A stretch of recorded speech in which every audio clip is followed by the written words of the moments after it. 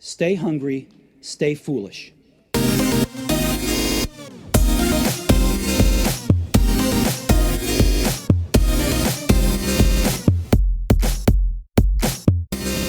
Since How to Think Like Leonardo da Vinci was published in 1998, it's been translated into 25 languages and has inspired people all over the world. A Polish elementary school teacher uses the 7 principles to organize her class curriculum. Heads of strategy for consulting firms discovered Leonardo as a valuable ally in helping multinational clients solve some of their most important business problems. Parents have said, "This book gave me everything I always wanted to teach my children, but didn't have the words to say." We live in a world of unprecedented change and disruption, but we're all born of the sun and traveling towards it. How to Think Like Leonardo da Vinci is a guidebook inspired by one of history's great souls for that journey. This book is an invitation to breathe the vivid air, to feel the fire in your heart's center and the full flowering of your spirit. We welcome specialist in innovation and creativity, founder of the High Performance Learning Center and author of 15 books, Michael J. Gelb. Welcome to the show, Michael. Thank you so much. Great to be with you. It's fantastic to have you on the show. You had an amazing career. And before we talk about Leonardo and the inspiration that he's given you and through you, so many people in the world, it'd be great to share your story of how this all happened, because I think that says so much about your own spirit. Wow. Well, because people say, how long did it take you to write this book? And the answer is always my whole life. And it's amazing that it's the 20-year anniversary of the initial release of the book, but people around the world seem to be gaining enthusiasm about the ideas because they're probably becoming ever more relevant as we deal with more and more craziness in the world. It speaks to the soul of this show, Michael. I need to share with you, because we live in this world of disruption. We're seeing children suffer with the rapid change. We're seeing parents not know what to do with their children. We're seeing people not know what sectors and businesses and jobs to get into. And there's this whole disruption hurricane happening, and people don't know where to center. And creativity and innovation is one of those refuges for people. Yes, very much so. And it's so strange. I got to tell you, part of what inspired me, how I got started in all this, was that when I was growing up, the world was in a very awkward place, to say the least. In the U.S., there was tremendous divisiveness. And this was the time of the Vietnam War. We had racial strife. And I felt that the only hope for humanity was to awaken, to learn, to think creatively, to develop consciousness and compassion. And it was really in response to the challenges of that time that I focused first on psychology and then on studying the great minds of history. I started with the top, with Leonardo da Vinci. And here we are, 40 years later, and the world seems even more polarized. The issues seem even more dramatic. The challenges seem even greater. And yet, at the same time, we're also, Leonardo would be just amazed and inspired to be with us today, because we also, despite all the rubbish and the nonsense and the drivel, there's also access to all of the world's knowledge almost instantaneously if you know where to look and how to look. And this is actually one of the principles in the book, the second principle, Demonstrationj, which is to think for yourself, to demonstrate things through your own critical thinking. And if we think back 500 years ago to Leonardo's time, it was hard to think independently because information was hard to get. Books were rare, and if you could find one, it would be in Latin, which you would not have learned unless you came from a noble family. It's incredible to think that Leonardo da Vinci, who did not come from a noble family, taught himself Latin when he was 40 years old so that he could read the classics as they became available. Now, the challenge to independent thinking is there's so much information, and you have to really learn how to focus your mind, think critically, and sort the valid information from all of the spam. The signal from the noise. And there's a thing you said there that just absolutely jumps out, and it's with the abundance comes the scarcity, and the scarcity is both attention and trust, and it's trust in the right data, because there's so much stuff out there. And the other thing is, what comes out of that is questioning. And I often think about the great tragedy that we're all born as creative beings. We all have massive potential, and that we coach that creativity out of people, and we stop children asking questions. We ask them to stop interrupting us. And questions and curiosita, as you say, I hope I pronounced that right, is absolutely key to our creative development. Very much so. Very much so. This is the first principle, Curiosita. Leonardo was probably the most curious person who ever lived.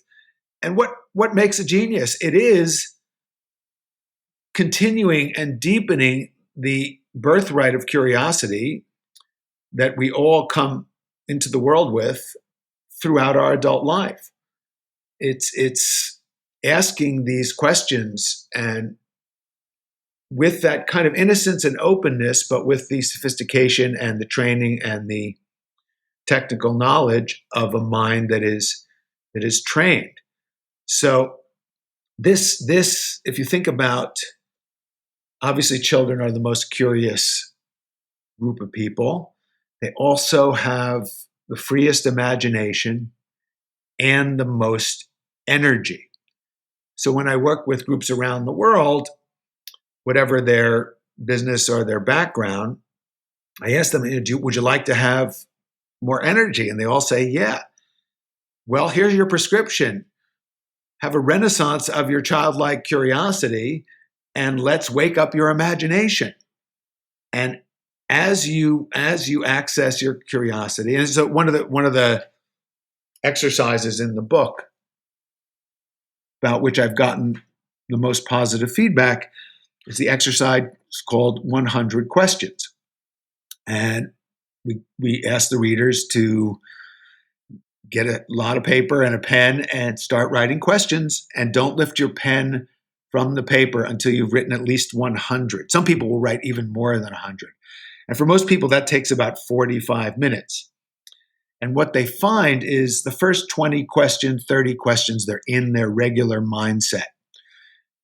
And the next 20 or 30 questions, they're getting a little tired and they're wondering, why are they doing this? And they sometimes write questions like, why am I doing this stupid exercise?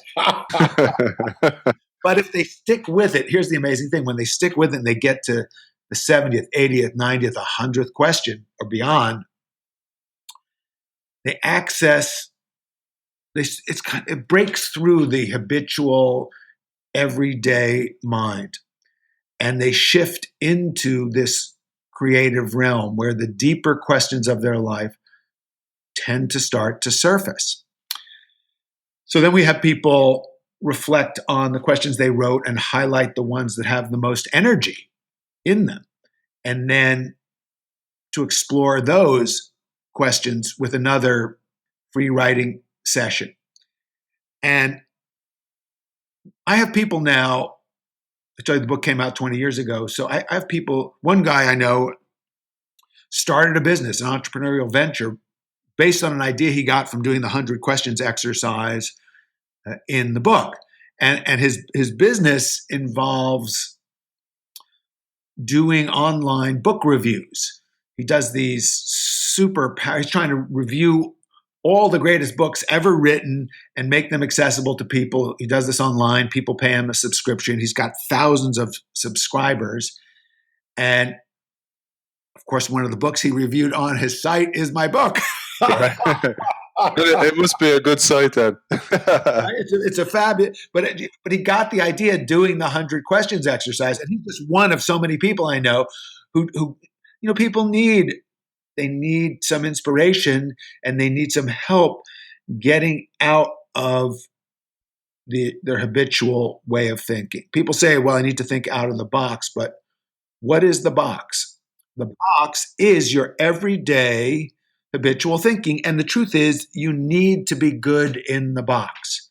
Your habitual thinking serves you and helps you function effectively in this world. A lot of what you need to do at work, a lot of what you need to do in your everyday life is best functioning in an automatic, habitual way. You don't need to do a whole creative problem-solving exercise to figure out how to tie your shoes or brush your teeth. Make those habits and execute the habits. When you do need to think creatively, you need to know how. You need a methodology, and we all need all the help we can get. And in studying this now for more than 40 years, I can tell you that the most effective methods, one is this is stream of consciousness writing. It's writing without editing, going for quantity of writing in one session, and then putting it aside, taking a break. The other is, of course, mind mapping. And this is the methodology developed by my old friend Tony Buzan, who will tell you he was inspired by the notebooks of Leonardo da Vinci and Thomas Edison to create this multidimensional, multisensory way of expressing our ideas that integrates color, imagery, and freedom of thought with structure and analysis and attention to detail and connection. So mind mapping, free writing, these are things that all of us want to practice. And part of the why I think the Da Vinci book has been so helpful to people is I really try to take the reader through step by step, really practical exercises that will help you get out of the box, generate those breakthrough ideas that will then inspire your energy and your imagination. You know, Michael, if we go back to that childlike curiosity that we all have, the world layers on all this crap on top of it. And it's almost like the 100 questions. When I read this, I was like, it's almost like an onion, and you're removing the layers. And there's going to be layers on the outside that aren't very valuable, but they get you to the gem on the inside. I really took this out of it, that's why you go for 100 questions, and you have the discipline to get there, because if you stop, you mightn't get to the gold that's at the bottom of the well. And there is, and the endless riches are available, but you do have to go down to the bottom of the well. You mentioned something earlier, and I think this is important to realize, because people will look at people like Leonardo and go, oh yeah, well, he was born into it. But he had a lot of resilience, because he didn't have it easy in his early days, because people don't often know the true story of his early childhood and the adversity that he broke through. There's no story of great genius and great accomplishment without adversity. There's no human life without adversity. It's obviously what you do with it. The creative mind takes everything as an opportunity to learn, to grow, and to optimize. So, yes, Leonardo's father, Piero, was not married to his mother, Caterina. So the young Leonardo couldn't qualify for membership in the Guild of Accountancy and Notaries that his father was part of. But that turned out to be a blessing, because he was sent to vocational school to the studio of Verrocchio, where he learned many of the skills that served his ultimate achievements and accomplishments beautifully. And he had all kinds of challenges. He was, among maybe the greatest challenge he had was that he was living in Milan, working for the Duke of Milan, and they were invaded by the French, and he had worked for 19 years on creating this beautiful 24-foot high horse sculpture, which he cast in plaster in preparation to cast it in bronze. And people of the time, people who saw the cast, thought it was the most beautiful sculpture ever created, but it was never finished because it was destroyed by the invading troops, and Leonardo became a refugee. And this happened to him more than once in his life, where the strife of the time caused him to move. He he wound up in France. The last 3 years of his life he spent under the patronage of the French king, Francois I. And I think Francois I was probably even though everybody knew Leonardo was a genius, I think it was Francois who recognized that Leonardo was perhaps the greatest genius ever to live. And he put Leonardo on retainer, created a beautiful place for him to live right near his castle in the Loire Valley in France. And Leonardo's job was basically to be the chief philosopher, engineer, and storyteller to the king. So that's the kind of job I try to get with my. Well, I was just thinking the same thing. I was like, I wonder, does the government need that? But it's true, isn't it, man? Because I was thinking about this before, because you mentioned emotional intelligence in the book, and that Leonardo studied people and how to get on with them. He sought the opinion of others and feedback, etc. And it made me think that, this idea of empaths and people who are emotionally intelligent, but they're almost sensitive, and that in the world the way it's shaped today, and hopefully yesterday, so hopefully this is fading out in the world, they don't really fit. So they end up in roles where they're kind of hidden. And this sensitivity is a gift where they actually can almost see what's coming around corners.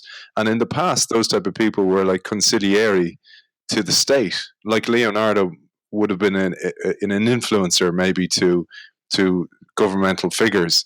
But we don't have that anymore. And everything's made from, every decision is made from the same place. And they don't consider different points of view. And maybe this gets into a bit of Demonstrationj, but it's that piece that seems to be missing in business as well. That emotional, or that sensitivity, and that's real diversity of thought. Yes, well, it's Demonstrationj. It's also Sensationi, the third principle, which is sensory awareness, listening, seeing what's going on, being fully present. People call it mindfulness today. And Leonardo provides really practical advice on how to sharpen your senses as you get older. Because if you're not engaged in a practical program to sharpen your sensory acuity, well, obviously you're going to get duller and duller as you get older. We see that all around us, and that dullness is exacerbated by the mindlessness of so much of what's on social media and electronic media overall. Having said that, I can tell you some good news. I have to confess I have a biased sample, but I really do work as consigliere to senior leaders around the world. And I've done this throughout my career, and the people who engage me are attuned to the importance of empathy. They've risen to be where they are because they are really good at caring for others, at meeting the needs of other people in intelligent and creative ways. And what senior leadership really involves is meeting the needs of more and more people in more and more complex ways. And the really best leaders have the ability. I call it the it's an empathy scale. This is in my most recent book. It's called The Art of Connection: 7 Relationship Building Skills Every Leader Needs Now. And I introduced this idea of the ability to move freely along the empathy spectrum. So if one of your associates or team members or colleagues comes to you with an issue or a problem, you want to be able to be fully empathic and really tune into that. You want to be able to do that for a range of people. Obviously, you want to be able to do that with your spouse, with your children, with the people in your life who are regular parts of your personal life as well as your professional life. Then let's say you have empathized with a range of different stakeholders, and you have to integrate all that information, and then you have to make a tough decision that some of those people aren't going to like.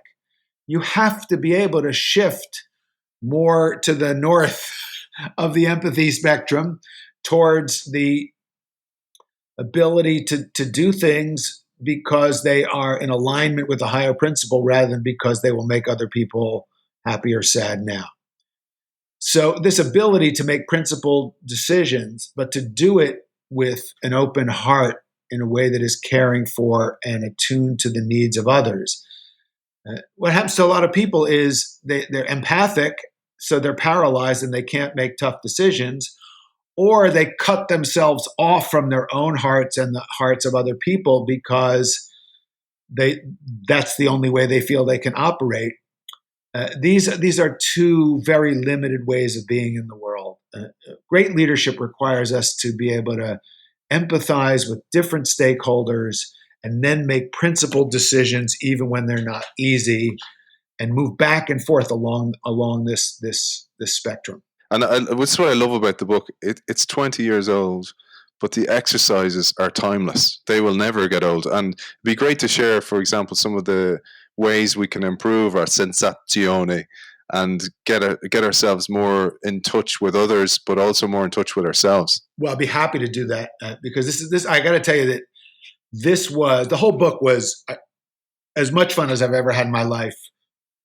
Doing the research for writing the book, going to Leonardo's birthplace, going to the place he died, reading his notebooks over and over again, interviewing the great Da Vinci scholars, going around the world to the museums where I could contemplate his works. But of all of the research, the most fun was the research for how do you develop Sensationi. And obviously, in your life, in your business, whether you work in an organization or you're an entrepreneur, being sharp is a critical advantage. Sharp is a sensory term. It means you're seeing what's going on. It means you really do a better job of listening and tuning in. But it's also the secret of enjoying your life. The Italians understand this. They have la dolce vita, the sweet and soulful life. The French have it too. They call it joie de vivre. But here in the States, I'm telling you, we need help. All we have is happy hour.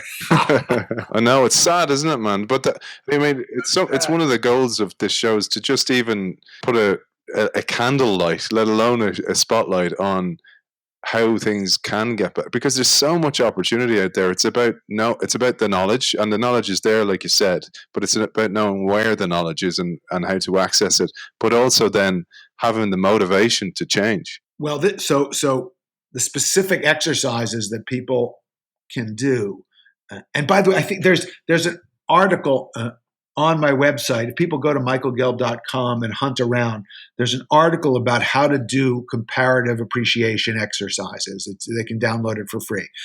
There's also the whole chapter of Sensationi has exercises in listening to music, in doing chocolate tasting and wine tasting and appreciating art. And I'll give you the quick secret to all of this appreciation is, instead of trying to get the right answer and avoiding the wrong answer, is learning to ask the magic question of yourself and your friends. And the magic question is, what's my impression? What does this remind me of? How do I feel when I listen to this music or drink this wine or look at this painting? And the beauty of the question, the reason it's a magic question, is it has no wrong answer. And something that keeps us in the box is the fear of making a mistake and the desire to get it right and get the gold star. So we temporarily suspend that when we do sensory appreciation, and we just tune in to the color and the aroma and the taste and the mouthfeel and the finish of the wine. And then we share our experience. And the coolest thing about doing this, whether you do it with music and art, wine, it's great to do it all together. Do the music, the wine, the art, the chocolate, do it all together with all your friends, is not only do you experience the music, the wine, the art, the chocolate more deeply when you ask this question, but then when you articulate it, you articulate your experience to your friends. Something about articulating deepens your experience. Plus, when you hear your friend's impression of the wine, the music, the chocolate, the art, you get a deeper appreciation not only of those experiences, but also of your friend. So we do this. I mean, my wife and I actually pretty much do this every night. We do some kind of mindfulness, joyful wine or chocolate or food appreciation exercise. We listen to beautiful music. Right now here we have our garden is blossoming. We have these peonies, all different types and colors, and all over our garden. They're exploding. So we're bringing in the different colors and the different types, and we just go back and forth and enjoy the aromas and see if we can discern the difference between one type and the other, and then we share it. And I mean, we've been married for 13 years. People say, "How do you guys seem to be so in love? Your relationship seems so you seem so happy and enjoy each other." Because we're playing with these kinds of aliveness exercises that they're all in the book. So people get to know me. They say, "Oh, this is not just some book. This is your life. You really live this way." Yes, I do. No kidding. Yeah, and that's why you can talk about it so passionately as well. But I read that the relationships that are most lasting and most happy are those people who have new experiences together and have experiences at all together. Because when you have a new experience together, you have a bond, and also that the happiest people in the world are those who are not dependent on each other for their happiness, but they have happiness together as a result. I thought that was really resonant when you were saying that about your own relationship, that you're doing these things and therefore you're keeping the relationship literally alive. Well, and you raise a couple of really important points. Is not being dependent, which really means your first impulse or orientation in the relationship isn't to get something for yourself. It is to be empathic and tune in to what the other person needs. And when both people are doing this, it only really works over time if both people are doing this. And there's some discipline to it because our needs tend to arise and we tend to want to fulfill them and get what we need first. And some people are more like that than others. I'm one of them. So I've learned to suspend what I need or want first and tune into what my wife wants or needs first. And I actually passionately focused on doing that and being creative about doing it, because what I've learned is my deepest happiness comes from seeing her being happy. And I've learned that, I think this is part of maturity and just growing up as a human being. I've learned that that's true for all of humanity. The greatest happiness I have is helping other people experience more dolce in their vita. My dad recently had his 91st birthday, and we held a wine dinner for him. My wife, who's a world-class, brilliant opera singer, she sang a recital for him, and we served his favorite wines. And he stood up, he raised his glass, and he said, "Today is the happiest day of my life." So I got to tell you, it's one of the happiest days of my life, right? And that's pretty good after 91 years. That's awesome. That is awesome. What a way to give back to him who would have made so many sacrifices for you over the years, and what a way to reward him back. Like, that is awesome. Exactly. I try to facilitate the same kind of energetic exchange with my corporate clients. This is when you have a work culture where you can't wait to go to work. It's because everyone is really looking after everyone else. We're looking after our customers. We're looking after all our stakeholders, our vendors. We're looking after our other team members. And this is not some, just bull idea. This is really happening in real companies. It's not always easy, and it usually begins with a visionary leader who wants to apply these kinds of ideas. So, what I really do, how do I really get paid? I take these ideas in to companies who want to live these ideals and just need help and coaching, and it's happening. And that's, once you know that's possible, Why would you work anywhere else? And it is possible. It is happening more and more. So, yeah, that's part of how we translate this, just from the personal enrichment of your life and joie de vivre and dolce vita, to shifting the systems in which we operate so that they are predicated on the generous exchange of creative energy, rather than the much more territorial, militaristic mindset that has dominated business for far too long. Michael, that one's really key, because to start with the business, we need to start with ourselves. For the business to succeed, we need to know who we are ourselves, and we need to be living this like you do, like you actually live. You drink your own Kool-Aid, and that's really comes across. But we also need to do that in order for the business to succeed. And I'm going to go back to Demonstrationj, because that's a persistence to test knowledge, to challenge our paradigm and to challenge what we know. And this goes back to what you were saying at the very start with the social media. And if we follow the same people on Twitter all the time, we'll get the same information. We won't break beyond our paradigm. We won't have Curiosita. We won't go out and find new information. These exercises, I think, are really key, and I'd love to share these ones. The ones about challenging our worldview, challenging why we think the way we do, etc. Very much so. One of the great tragedies of our time is that social media and internet advertising have taken advantage of our unconscious tendency towards confirmation bias. So this has always been a problem for humans, is that basically what that means is you want to believe what you want to believe. So you'll seek out only the evidence that confirms the prejudice or bias of what you want to hear. And it used to be that a university education was designed to help you overcome this bad habit.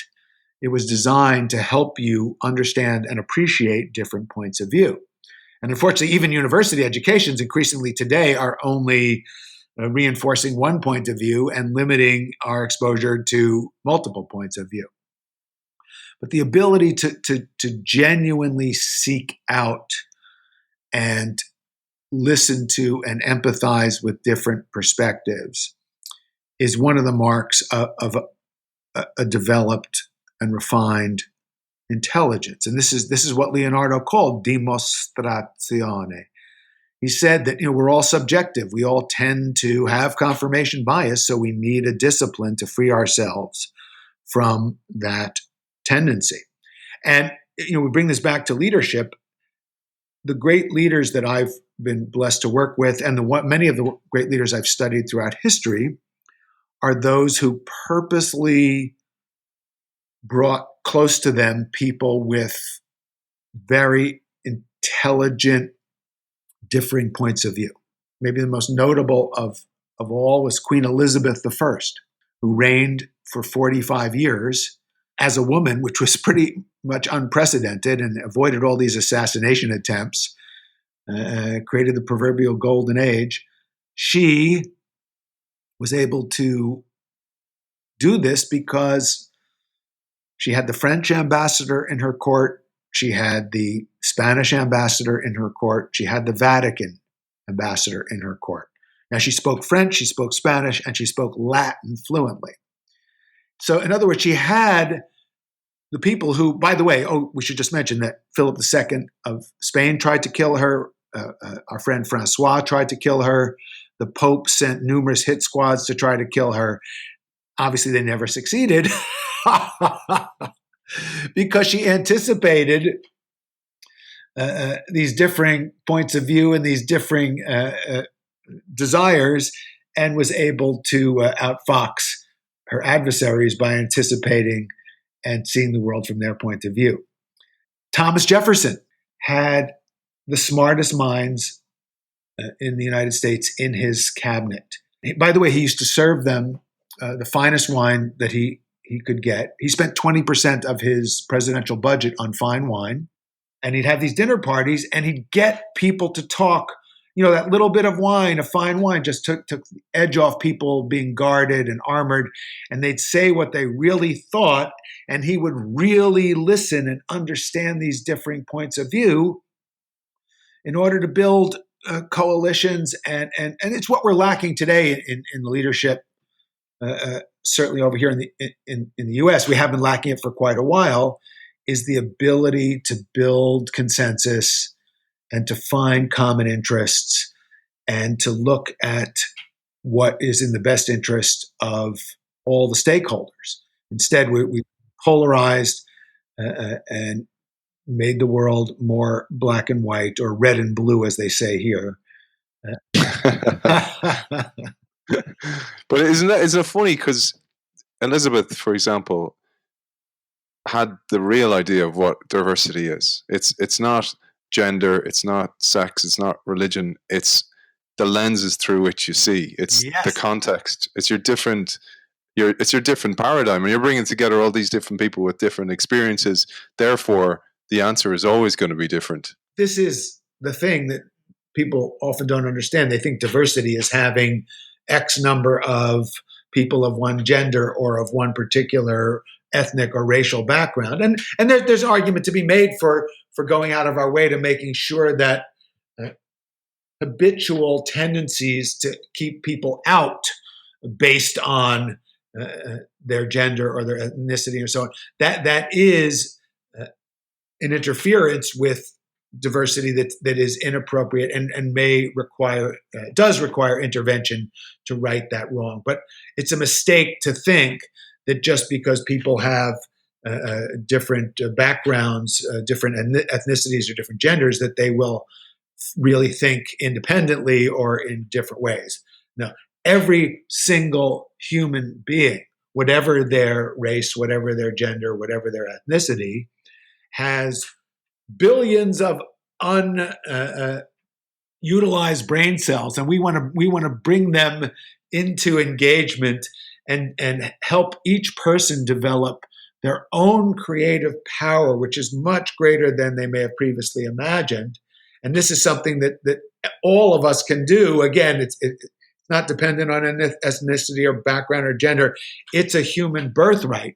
So ultimate diversity is getting each person to express the fullness of their own thinking. But in order to do that, they haven't been trained how to do this. They haven't been trained how to think like Leonardo da Vinci, which is a big part of why we're talking about this. Hopefully, and you say it in the book, like, for example, the lady in Poland starting to use this in the curriculum. It has to trickle through to the curriculum, because we're seeing automation and artificial intelligence take rote task jobs. So jobs that are a case of collecting dots, not connecting dots.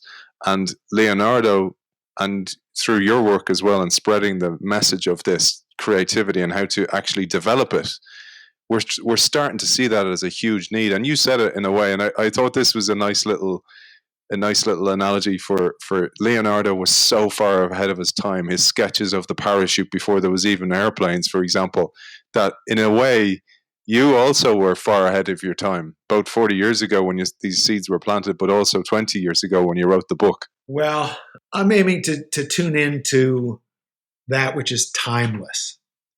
So the way to be ahead of your time is to always be timeless. Nice. You don't need to worry about predictions when they come through then. Yeah.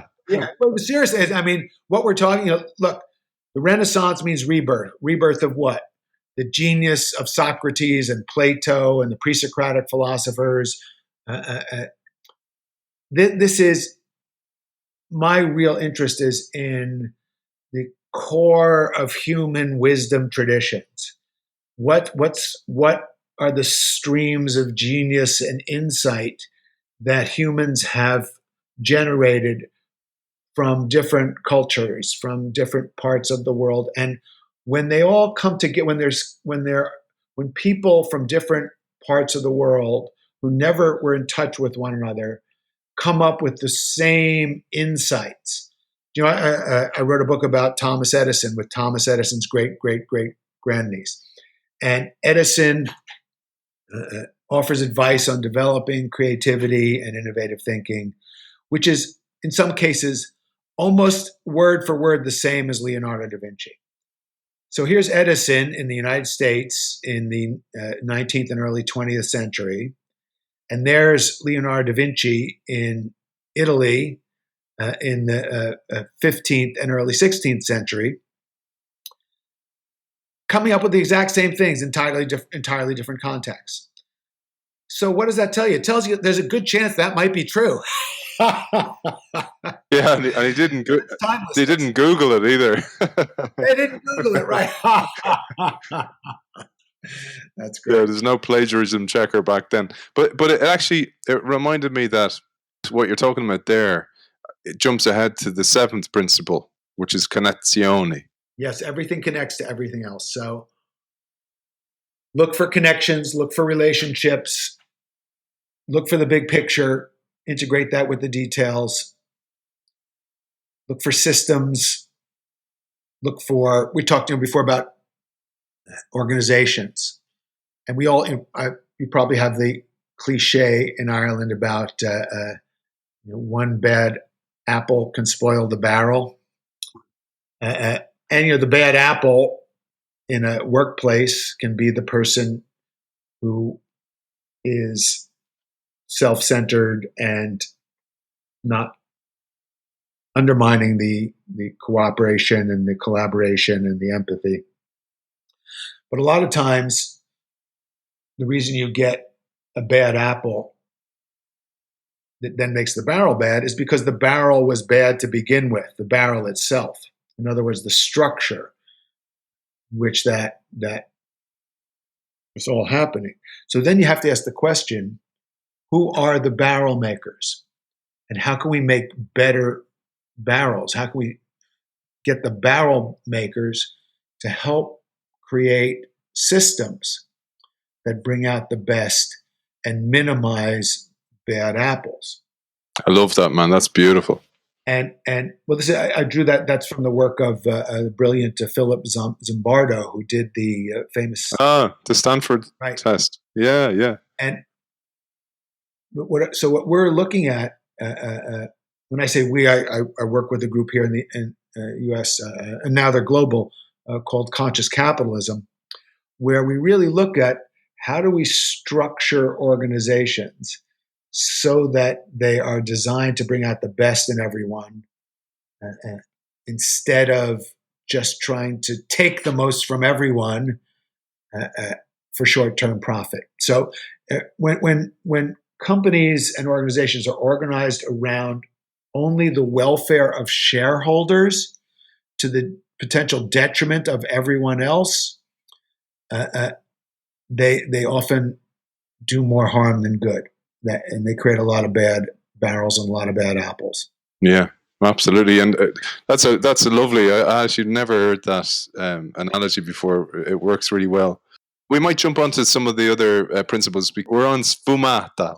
So I'll take you through them all real quick, just to make sure we touch on it. Curiosita, number one, it comes first because curiosity is the beginning of everything. Demonstrationj, think for yourself, be an independent thinker. Third principle, Sensationi, sharpen your senses, put more dolce in your vita, practice comparative appreciation. Fourth principle, Svumato. It refers to the importance of embracing uncertainty and the unknown. This is where creativity is generated. Svumato means going up in smoke. It's an Italian word that art critics coined to refer to the mysterious quality you see in Leonardo's paintings, and it represents this idea of embracing uncertainty. Fifth principle, Arte Scienza, balance art and science, logic and imagination. Sixth principle, Corporalita, balance the body and the mind. And the seventh principle, Connectioni, everything connects to everything else. Beautiful. It's a roadmap, as you say, a roadmap for how to guide us through life. How do we get there in a joyful state as well? And it'd be great because we didn't really touch on Svumato, to dive a little bit into that, because again, in there you talk about trusting your gut, and it's one of the things, because we're so stressed and we live in this state of fight or flight and cortisol running through our bodies, that we've lost touch with ourselves. It's true. Trust the gut turns out to be literal. And again, every culture, every tradition around the world, people use terms in every language. They have a term that's something like trust your gut, or people say, I knew it in the depth of my heart, or I felt it in my bones, or my blood whispered to me. But your gut, your heart, your bone, your blood don't send you text messages or voicemails. You have to cultivate a sensitivity to this subtlety within. And let's say you do the 100 questions exercise that's in the Curiosita chapter. Then you take a break and go for a walk in nature in silence. And you let it all percolate together. And then you find you wake up 4 o'clock that morning with a new idea. So now you write it down in your DaVinci notebook.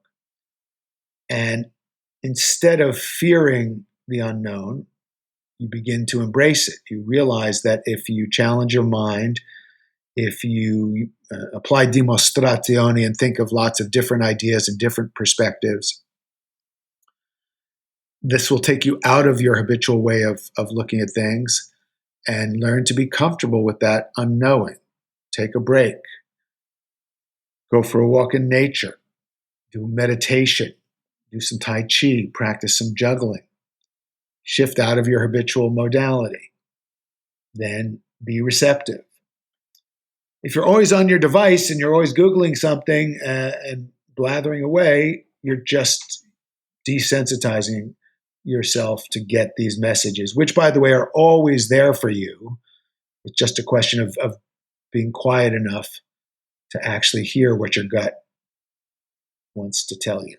I think that's one of the beautiful benefits from the awareness of meditation and the awareness of mindfulness that's got into the world. And some people are cynical about some of the ways it's being taught, but at least it's being taught now. At least it's on the radar now for people, because it will lead to this, and it will lead to people becoming more aware of what's inside and what's inside the onion layer, I suppose. The one we didn't touch on was Arte Scienza. Mm-hmm. Arte Scienza, balance art. You're showing me up here, man. I should have had a drink. Great. I should have had a drink beforehand. The thing about pronunciation is it's a continuing quest to be able to resonate with the way one hears it spoken by the native speaker. So I'm always aiming to sharpen my own ear and refine it. So unfortunately, most people won't even give it a go. So I encourage you and everyone, practice. Babies don't get pronunciation right when they're learning to speak. But that's why they're able to learn how to speak, because they're not afraid to say it wrong. They just say it. And so, and when a baby says a word, we all, whether it's perfect or not, we all encourage the baby to speak. So even more so with adult language learning, when you're trying to learn a new language, the best strategy is be like a baby, be like a child. And coming back to your question about Arte Scienza, this is the real practice here, and we go into this in depth on the how to do it step by step. If you want to embody the principle of Arte Scienza, learn how to make mind maps. It really is a way to integrate the artistic and the logical part of your mind to generate more ideas in less time and make new connections between those ideas. Brilliant. Yeah, and I've reached out to your friend Tony Buzan. I've asked him to come on the show because I know you guys have collaborated in the past, but also he's the father of mind mapping. Yes, he is. And I think today might even be International Mind Map Day, but for me, every day is Mind Map Day. That's great. Well, that just shows you're still learning. I mean, that's one of the things, the great tragedies I see in corporations is people get the job and think that's the job done. You never can stop learning, otherwise you're going to become redundant. Well, that's more so than ever before. Is the ability to learn how to learn, and which means learning by definition means you don't know it. Means you will have to embrace the unknown. Svumato means you be driven by Curiosita. You want to know, but you think for yourself. You pay attention. You listen. You see, and you use your whole brain. You cultivate your energy. That's where Corporalita comes in, because without energy, none of this is going to happen. And then you make new connections, Connectioni. It's been absolutely brilliant speaking to you, and I love the book, and I love your other books as well. And I'd love if we can reconnect in the future. Maybe give it a few months and then come back on one of your other brilliant books. Is there any message to three groups of people? Number one being parents. What would you say to a parent in this world of constant change? Well, each chapter of the Da Vinci book has a section called Da Vinci for Parents. But the essence of what I would say to parents is you teach by who you are. So focus on embodying the 7 principles in your own life. And then your children will learn because you're modeling the principles rather than focusing on directly trying to impart the principles. Brilliant. And then to students who are making a decision on what to do for the future, where should they be looking? Make a mind map of all your ideas. Do the 100 questions exercise.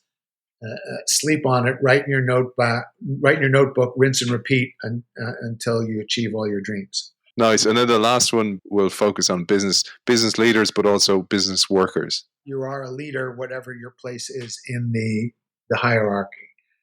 That you can have influence without formal authority, and the part of your influence is going to come from your ability to think creatively and model creative thinking. And if you do, people are going to want to have you on their team. They're going to want to work with you.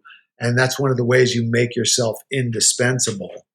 And that's the best way to have job security in a situation where no job is secure, because you can always make up a new one because you know how to think like Leonardo da Vinci. Michael, it's been unbelievably brilliant talking to you. The lessons in this book are lifelong lessons. Author of 15 books, including How to Think Like Leonardo da Vinci, Michael J. Gelb, thank you for joining us. My pleasure. Thank you.